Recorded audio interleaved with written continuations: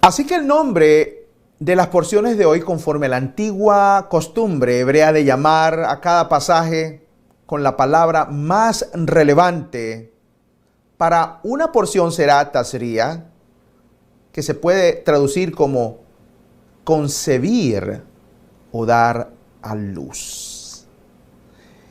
Volvemos a este pasaje muy hermoso del capítulo 12, 1 al 3, y vamos a tomar nota muy interesante que dice: y Adonai habló a Moshe, Vaidaber Adonai el Moshe lemor, habla a los hijos de Israel y diles, cuando una mujer dé a luz, Isha ki tasria, devar el bene Israel, lemor, Isha ki tasria. Y ahí lo tengo en hebreo. La palabra tasria, como lo tengo resaltado, lo tenemos resaltado en nuestro PowerPoint, es concebir, es dar a luz, es dar un resultado, es dar una semilla. Y es el momento único en la vida de una mujer, que es el poder ver cómo de entre sus entrañas sale una vida, una creación del Eterno, que será un hijo o una hija, y que deberá cuidársele de manera especial. Vamos a Levítico 12:5 para ver con más detalles esta instrucción. Levítico 12:5 dirá lo siguiente: pero si da a luz una niña, quedará impura por 2 semanas, como en los días de su menstruación, y permanecerá en la sangre de su purificación por 66 días. De tal manera que la Torá establece que hay una diferencia de tiempo que debe permanecer una madre ritualmente no apta para acercarse al tabernáculo. La impureza no era porque de una mujer dada a luz, era única y exclusivamente para poder traer una ofrenda a la tienda de reunión. Y por su condición no era apta para acercarse al tabernáculo. Y dependiendo si era varón o niña, sería el tiempo. El nacimiento de una niña hace que el tiempo se duplique, es decir, el tiempo no apto para acercarse a Dios. Ahora, la forma más rápida de explicar esta situación es decir que no hay explicación. Es simplemente un estatuto que el Eterno da, donde Él no explica por qué. Por otro lado, se puede decir que mientras que el nacimiento de un hijo es algo sumamente especial, se puede decir que el nacimiento de una hija representa mucho más, sino la continuidad de la vida, la continuidad de una familia, de un hogar, es decir, la continuidad de la humanidad. La niña que nace tendrá el potencial de traer más hijos al mundo, de tal manera que el nacimiento de una niña es observado aún más debido a su santidad, la santidad de la vida que ella puede llevar y que puede representar. Hay un ejemplo que pudiéramos decir y comparar a un alfarero que tiene 2 aprendices. Y este ejemplo es muy interesante. Este alfarero tiene 2 discípulos, 2 aprendices, y uno muestra poco talento al trabajo, mientras el otro se ve con gran actitud y demuestra que será un gran artesano. El maestro alfarero diligentemente y con entereza entrena al aprendiz menos talentoso, y aún a sabiendas que no llegará a ser un gran artesano. Sin embargo, pone el doble de esfuerzo en entrenar al aprendiz talentoso, ya que él sabe que sus esfuerzos tendrán como resultado un gran artesano.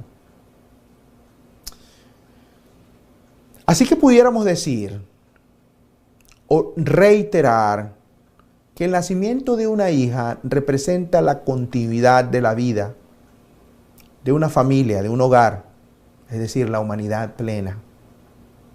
Y a grandes luces el Eterno tiene un cuidado especial sobre las niñas.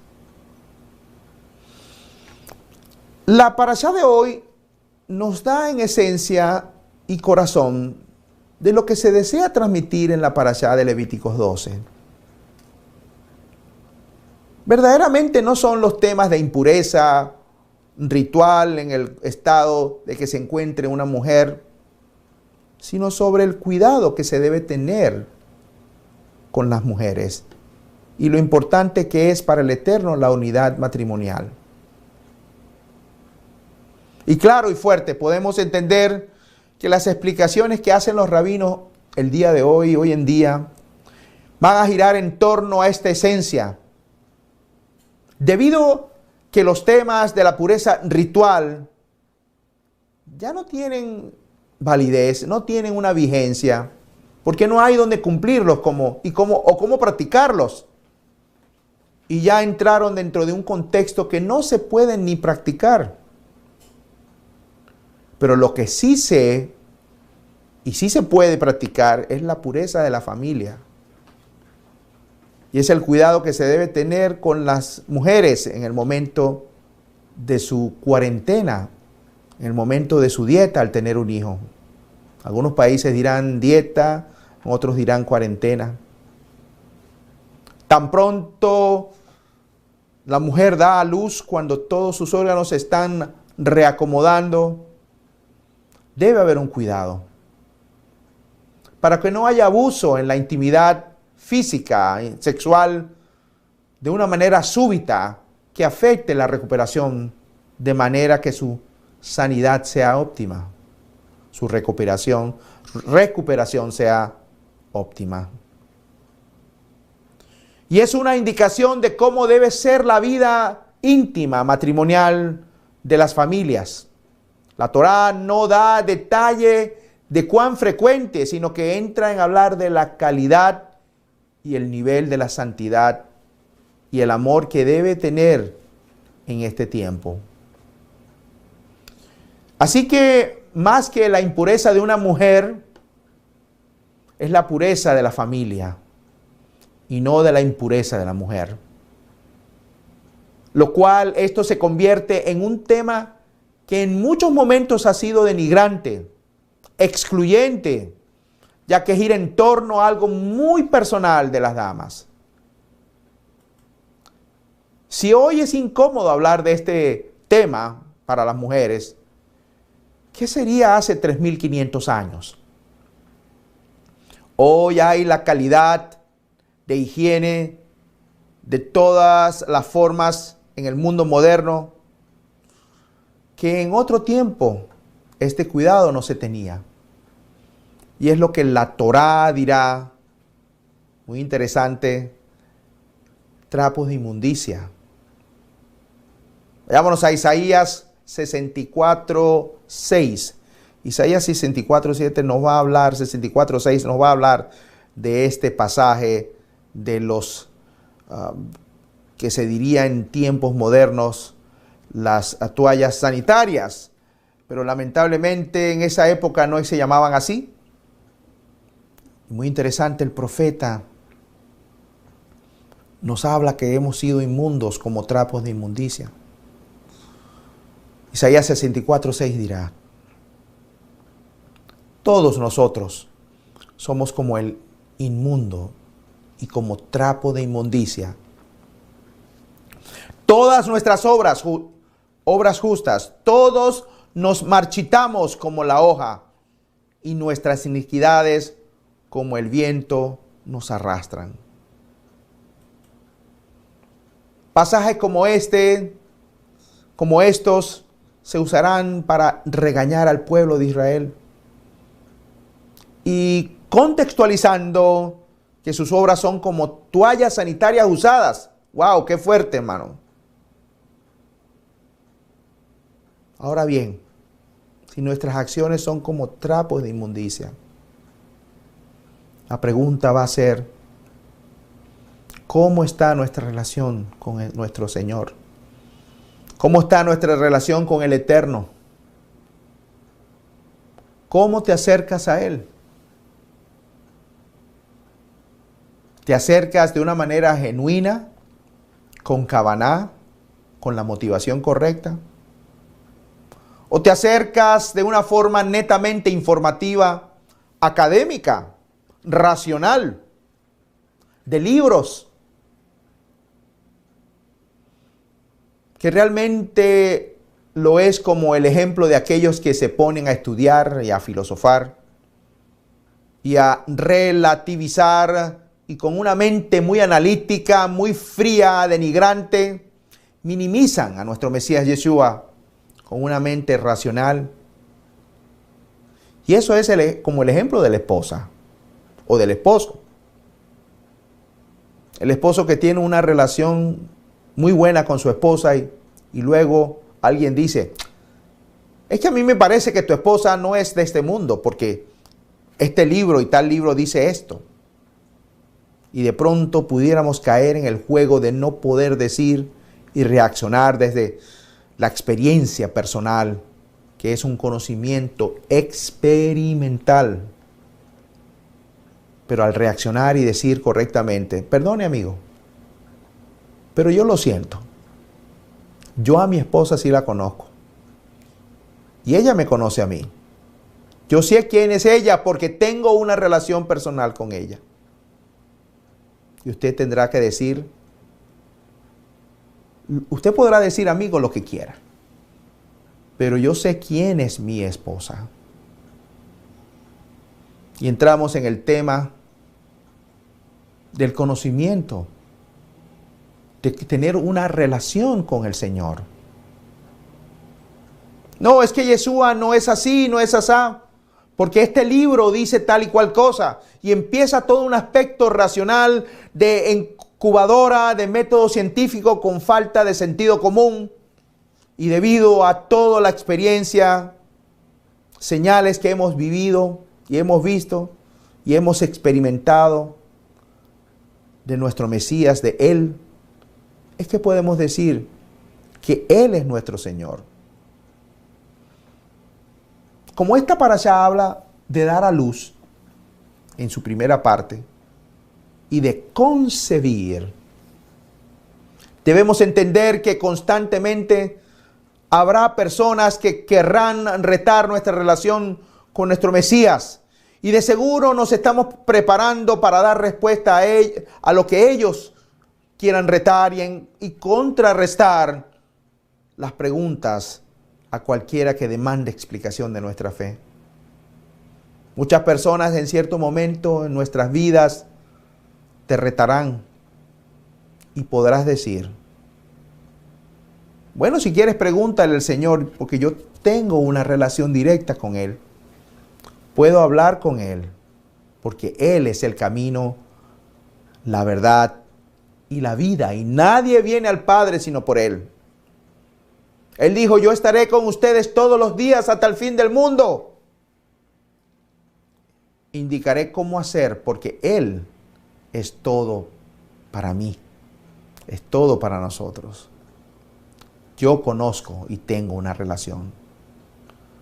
¿Conoces entonces a tu Señor? ¿Tienes una relación con Él? ¿Cómo es tu relación con Él? ¿Cómo te acercas a Él? ¿Tienes una relación intelectual o tienes una relación experimental? Muy interesante que la palabra hebrea que indica el acercamiento íntimo, físico, sexual entre una pareja es conocer. Y siempre se ha de hablar en este término cuando la Escritura menciona el acto íntimo físico de entre un hombre y una mujer. La palabra hebrea es la palabra, y ahí lo tengo en pantalla, yadá, conocer.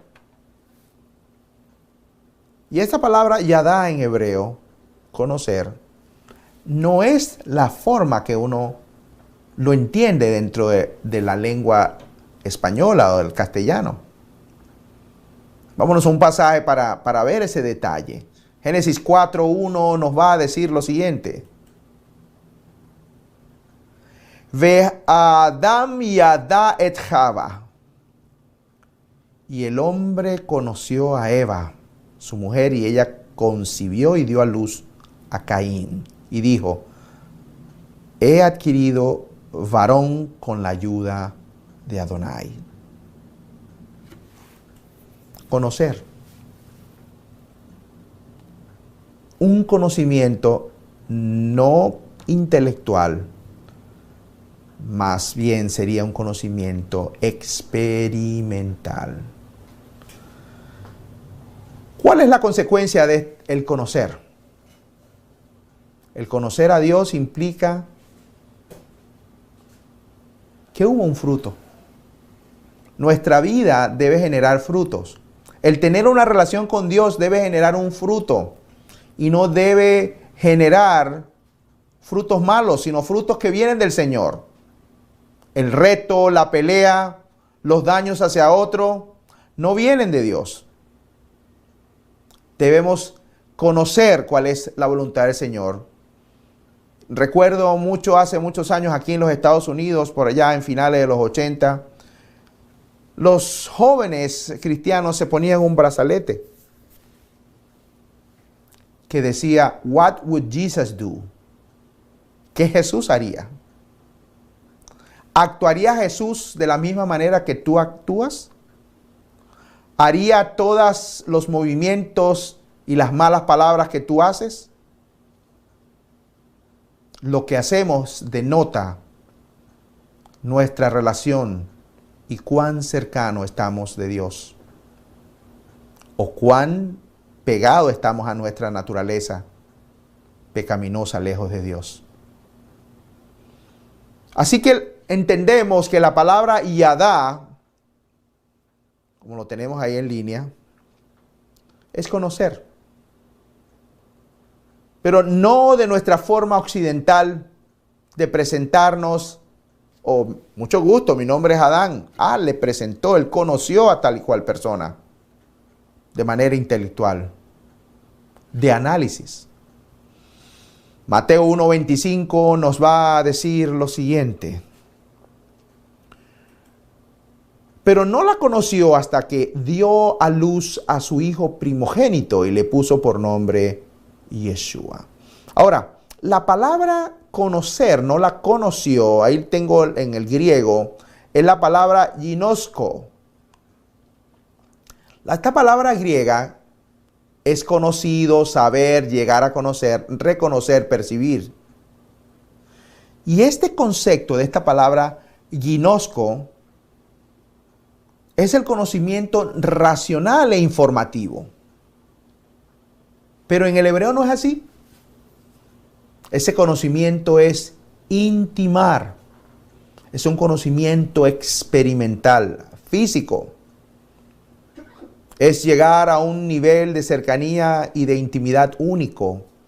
Y eso es el concepto de la palabra yadá. Ahora la pregunta será, ¿conoces al Señor? ¿Conoces a Yeshua? ¿Qué fruto está dando ese conocimiento de Dios? Amor, bendición, templanza, dominio propio. Quizás muchos dirán, como Job 42:5 nos va a decir, de oídas te había oído. Vamos a ponerlo allá. Mas ahora mis ojos te ven. Job 42:2 dice lo siguiente, 42:2 nos va a decir, yo conozco que todo lo puedes.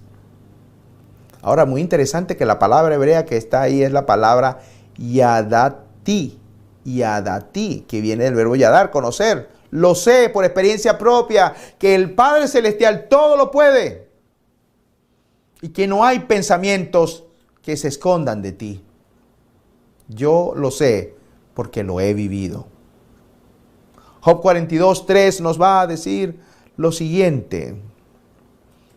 ¿quién es este que oculta el consejo sin entendimiento? Por tanto, he declarado lo que no comprendía, cosas demasiado maravillosas para mí que yo no sabía. Señor, te conozco no por los libros que me han dicho, o porque ya yo llegué a la capacidad de entender después de estudiar 5 años en una universidad, o después de un posgrado, y entonces llegué a tener un conocimiento. Yeshua le va a decir a Pedro en Mateo capítulo 16, versículos 13 al 17, lo siguiente. Vayámonos allá, Mateo 16, 13 dirá lo siguiente.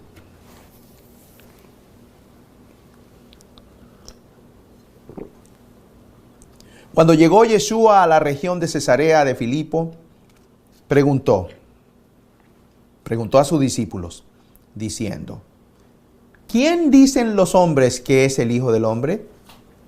Y ellos dijeron, unos Juan el Bautista, y otros Elías, pero otros Jeremías, y uno de los profetas. Él les dijo, ¿y vosotros quién decís que soy yo? El versículo 16 nos va a decir, respondiendo Simón Pedro dijo, tú eres el Mesías, el Hijo del Elohim viviente. Y Yeshua respondiendo le dijo, feliz eres, Simón, hijo de Jonás, porque esto no te lo reveló carne ni sangre, sino mi Padre que está en los cielos. Entonces, queridos hermanos, amigos que me escuchan de toda Latinoamérica y aquí en Tamarack, nuestros comunitarios, entonces, ¿le conocemos o no? ¿Tienes una relación con Él? Hago esta pregunta, queridos hermanos, porque la consecuencia inmediata de conocer a alguien es que concebir, dar un fruto. Y si yo conozco a Yeshua, si he tenido una intimidad con Él que se puede comparar con lo que una pareja vive cuando experimenta el acercamiento físico, eso va a generar que haya una semilla, que haya un fruto y se conciba. Por eso Yeshua en Mateo 7, versículo 6 al 20 nos va a decir lo siguiente. Mateo 7, versículo 16 dirá, por sus frutos los conoceréis. ¿Acaso se recogen uvas de los espinos o higos de los abrojos? Así, todo árbol bueno da frutos buenos, pero el árbol malo da frutos malos. Un árbol bueno no puede producir frutos malos, ni un árbol malo puede producir frutos buenos. Todo árbol que no da buen fruto es cortado y echado al fuego. Así que, por sus frutos los conoceréis. Por ese fruto, queridos hermanos, sabrán si en verdad tienes una intimidad con el Eterno. Y se dejará ver cuán profunda es tu intimidad. Porque, ¿quién esconde un fruto? ¿Quién esconde una barriga, un estado de embarazo? ¿Quién esconde un embarazo? Tarde que temprano, ese fruto se dejará ver. Y es lo que sucede a nivel espiritual. Tarde que temprano, tu relación con Dios va a generar un fruto. Un fruto que va a ser de Dios o del enemigo. Si tengo una relación íntima con Yeshua, eso va a generar un fruto. Y si no tengo una relación con Él, verdaderamente no le conozco. Yeshua dirá en Mateo 7, 22 y 23 lo siguiente.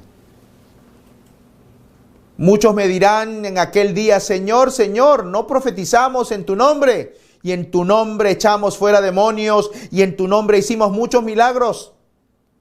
Y entonces le declararé, dice el Señor, nunca os conocí. Apartaos de mí, hacedores de maldad. Y la frase que tengo subrayado, nunca os conocí, quiere decir, nunca tuve una relación íntima contigo. Señor, te conocíamos, pero ¿cómo le conocías? Bueno, porque el pastor hablaba, porque el pastor hablaba de ti, Señor. O es que mi mamá, mi papá hablaba, mi abuelo siempre hablaba de ti. Y Yeshua va a decir, nunca os conocí, apartados de mí, hacedores de maldad. Esta palabra de hacedores de maldad es en relación a un salmo que se conecta con la palabra hacedores de maldad. Mire el Salmo 6:8. Esa frase, mire lo que dice Salmo 6:8, va a decir, apartaos de mí todos los hacedores de iniquidad, porque Adonai ha oído la voz de mi lloro. Muy interesante que se traduce al griego hacedores de maldad en el libro de Mateo. Muy interesante, la palabra hacedores de maldad es anomía, que viene de anomos, personas sin ley. En otras palabras, son hombres y mujeres sin ley, que no tienen Torah. Peor aún, que tuercen la escritura, porque no están llevando la instrucción como deberían llevarla. De tal manera, así como la parashá comienza, cuando una mujer conciba o dé a luz un hijo, habrá que hacer algo. Y esto es un ejercicio muy lindo, porque sabes qué va a pasar con tu fe. Cuando empieces verdaderamente a intimar con el Señor, debería haber un cambio. Cuando empecemos a meternos a orar y a buscar su rostro, empecemos a estudiar su palabra, a buscar el Espíritu, su Espíritu, a buscarlo en espíritu y en verdad, mas no con un intelecto de un aspecto racional, no tan solo de incubadora o método científico, sino dentro de la experiencia y de lo que implica la vivencia y la comunión con el Padre, lo cual eso va a dar un fruto. Va a dar un fruto en la vida. Y ese fruto es el que te va a permitir entender que hay pactos sobre tu vida. Porque dice cuando la mujer dé a luz, inmediatamente al 8º día se circuncida al niño, el prepucio del varón. Es decir, que hay una consecuencia positiva de la unión, ya que habrá una bendición personal, generacional, que es por el pacto. ¿Conocemos al Señor? ¿Conoces a Yeshua? ¿O lo desconoces? Deja que tu vida produzca amor, perdón. ¿Cómo conoces al Señor? ¿No perdonando a tu hermano? ¿Siendo implacable y juzgándolo? En esto conoceréis que sois mis discípulos, que os améis los unos a los otros, no que juzguemos los unos a los otros. Y si juzgas, juzga con amor y respeto, mostrando la autoridad del Señor, mostrando que lo conoces.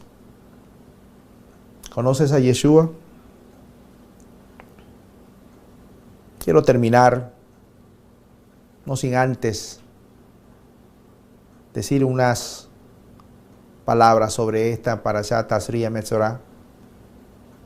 La palabra tasría, que es concebir, es un verbo relacionado con la palabra simiente, semilla, que es la palabra será. Sembrarás, simiente, sembrado, para sembrar, difundir, plantar, fructificar. Y muy interesante, no es la palabra que normalmente la Biblia hebrea utiliza para exponer y discutir el término de concepción de un niño. Realmente se utiliza la palabra hará, como nos dice el libro de Génesis. Mire lo que dice el libro de Génesis 4:1. Dice, y el hombre conoció a Eva y su mujer, y ella concibió. La palabra hará, y ahí lo tengo subrayado, que es concebir. Pero no usa hará, usa será, quedar embarazado, lo cual describe una mujer concibiendo un niño. Ahora, ¿por qué Levíticos 12 utiliza el término tan inusual para concebir con la palabra tasría? Una explicación de este término, que es inusual, tasría, es que alude a la promesa original del Mesías, ya que la palabra tasría es simiente y nos lleva a la promesa de Génesis 3 acerca de la simiente de la mujer que se levanta y hiere la cabeza de la serpiente. Vámonos allá para poder finalizar esta clase hermosa. Génesis 3:15 nos va a decir, y pondré enemistad entre tú y la mujer, y entre tu simiente y su simiente, él te herirá en la cabeza y tú le herirás en el calcañar. Simiente, será simiente. Bueno, muy hermoso que también se le prometió esa simiente a Abraham. Mira Génesis 17:7. Génesis 17:7 nos va a decir, estableceré mi pacto contigo y con tu descendencia después de ti. Simiente, ahí está la palabra descendencia. Será simiente. Así que por medio de esta descendencia será bendita toda la familia de la tierra. ¿Cuál es esa simiente? Rab Shaul definitivamente nos va a enseñar que nuestro Mesías es la simiente de David. Romanos 1:1-3 nos va a decir lo siguiente, dice así, Pablo, siervo del Mesías Yeshua, llamado a ser apóstol, apartado para el evangelio de Elohim, que él ya había prometido por medio de sus profetas y de las santas escrituras acerca de su hijo, que nació de la descendencia de David según la carne. O sea, nació de la simiente. Segunda de Timoteo 2:8 nos va a decir, acuérdate del Mesías Yeshua, resucitado de entre los muertos, descendiente de David, simiente de David. Ahí lo tenemos. Salmo 18:50 nos va a decir, grandes victorias da él a su rey y muestra misericordia a su ungido, a David, y a su descendencia, a su simiente. Uletzaro es la palabra, viene de será, simiente. Así que la palabra simiente es un subtítulo del Mesías. De tal manera que esta palabra inusual, dicha en la Torá el día de hoy, tasría, insinúa de una manera hermosa acerca de la llegada de la simiente de Abraham y la simiente de David, Yeshua.